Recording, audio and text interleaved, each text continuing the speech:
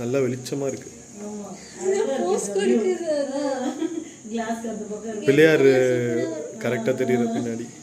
இந்த பக்கம் இப்படி எடு, அப்பதான் போஸ்ட் பண்ண முடியும். இந்த பக்கம் ஸ்ட்ரைட்டாவே எடு. எப்படி பாருங்க, போட்டோ போஸ்ட் கொடுக்குறாங்க. எப்படி பண்றது பாருங்க. பாத்தீங்கன்னே இருக்கு வெச்ச கண்ணு வாங்காம. என் அழகு எடுங்க யாரோ போறாங்க. நீ மின்னல் கூப்பிட்டு திருப்பி பாக்கு.